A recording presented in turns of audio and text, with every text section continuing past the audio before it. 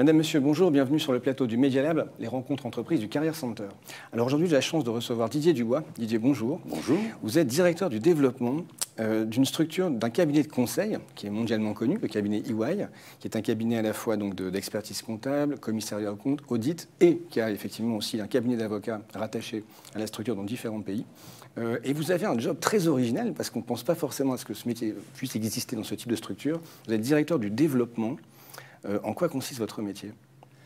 En quoi consiste le métier EY, c'est à la fois, donc vous l'avez dit, les métiers du chiffre, les métiers du droit.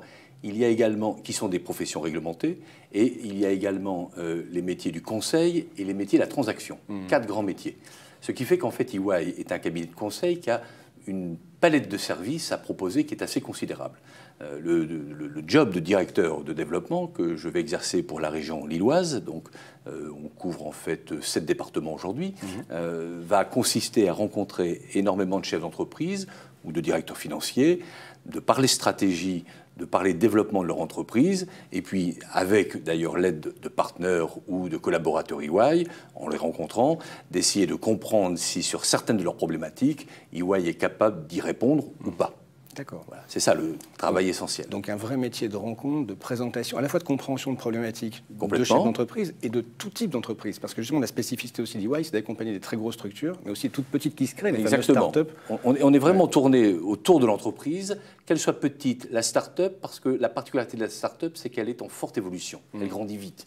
Elle fait des sauts de taille perpétuels. Et puis évidemment, les plus grandes entreprises, jusque pas de limite.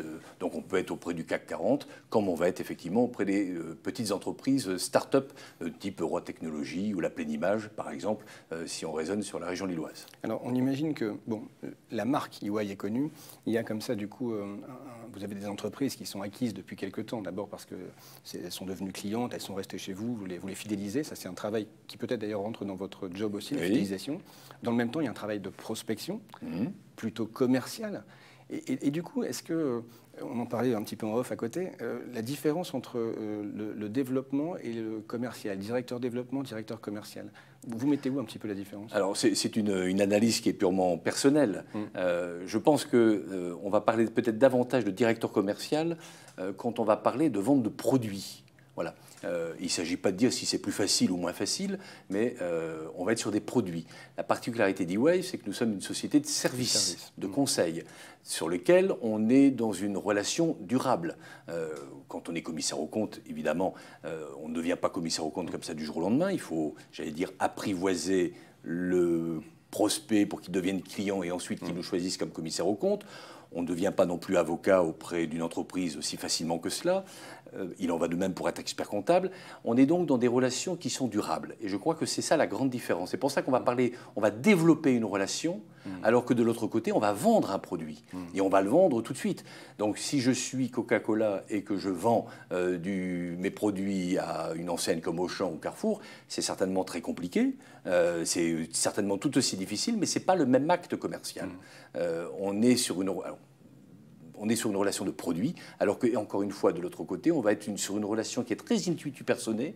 À un moment donné, on va convaincre le chef d'entreprise, on va le séduire. Il va se dire qu'effectivement, l'entreprise, avec ses partenaires, l'entreprise EY répond à ses problématiques et on va avancer sur un chemin, un bout de chemin qui va prendre un certain nombre d'années. On a parfois la chance d'aboutir très vite et parfois, il va nous falloir 3-4 ans pour transformer effectivement une relation en véritable acte commercial.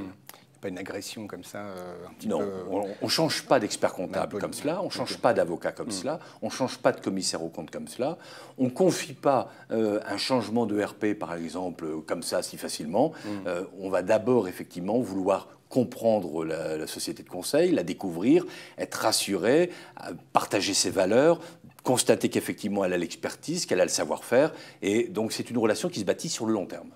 Alors, comment vous êtes devenu, vous, le directeur du développement de EY Lille, enfin de la région maintenant? Alors, il y a toujours un facteur, un peu de chance, je pense. Moi, j'ai fait une école de commerce qui s'appelait en son temps le SC Lille.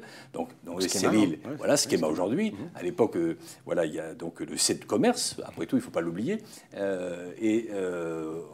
En sortir de cette école, Il se trouve que j'ai eu un parcours qui a été plutôt communication, qui a même été média, avant d'arriver effectivement, avant d'arriver chez EY.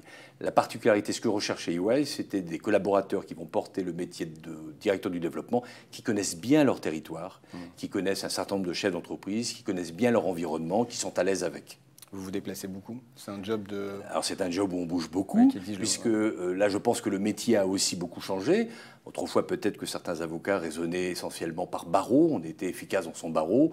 Aujourd'hui c'est de moins en moins vrai, des cabinets comme les nôtres, qu'on soit expert comptable, avocat ou commissaire aux comptes ou conseil, on intervient effectivement sur l'ensemble de notre territoire. Aujourd'hui on est comment dire, avocats sur des entreprises qui sont à Reims, qui sont à Rouen, sans que ça pose le moindre problème. Une dernière question. Vous avez, vous aussi, en fait, des clients internes en fait, à séduire. Oui. Les propres associés ou les 4 propres clients, ouais. au moins, 4 corps métiers. Les grands directeurs ou directrices des départements dont vous Oui. avez cité effectivement l'activité. Et eux, alors comment ça se passe? Ils vous sollicitent en permanence, ils vous mettent la pression, ils ont des attentes un peu particulières. Alors, faut que vous soyez innovant, c'est un peu... Alors il y a une pression qui est mise parce que l'entreprise a de grandes ambitions de croissance, donc elle est générale, donc cette ambition, elle est vraie pour tout le monde.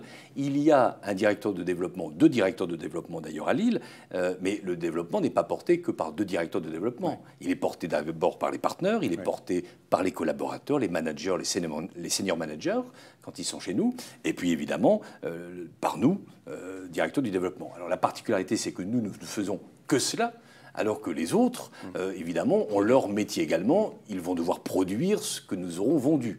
Nous allons être dans une action, effectivement, de conquête de clients et d'accompagnement du client sur la durée. Voilà.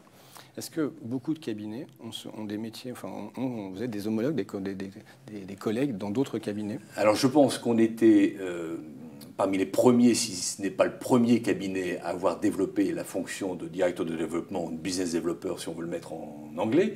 Je crois qu'aujourd'hui, ça se généralise de plus en plus parmi les bigs. C'est une fonction, effectivement, qui se développe parce que, encore une fois, la multiplicité des compétences fait qu'à un moment donné, il faut avoir des personnes qui soient capables de les porter toutes, auprès, effectivement, du public. Merci beaucoup, Didier. Merci. Très bonne journée à vous et à bientôt sur les ondes du Media Lab. Merci.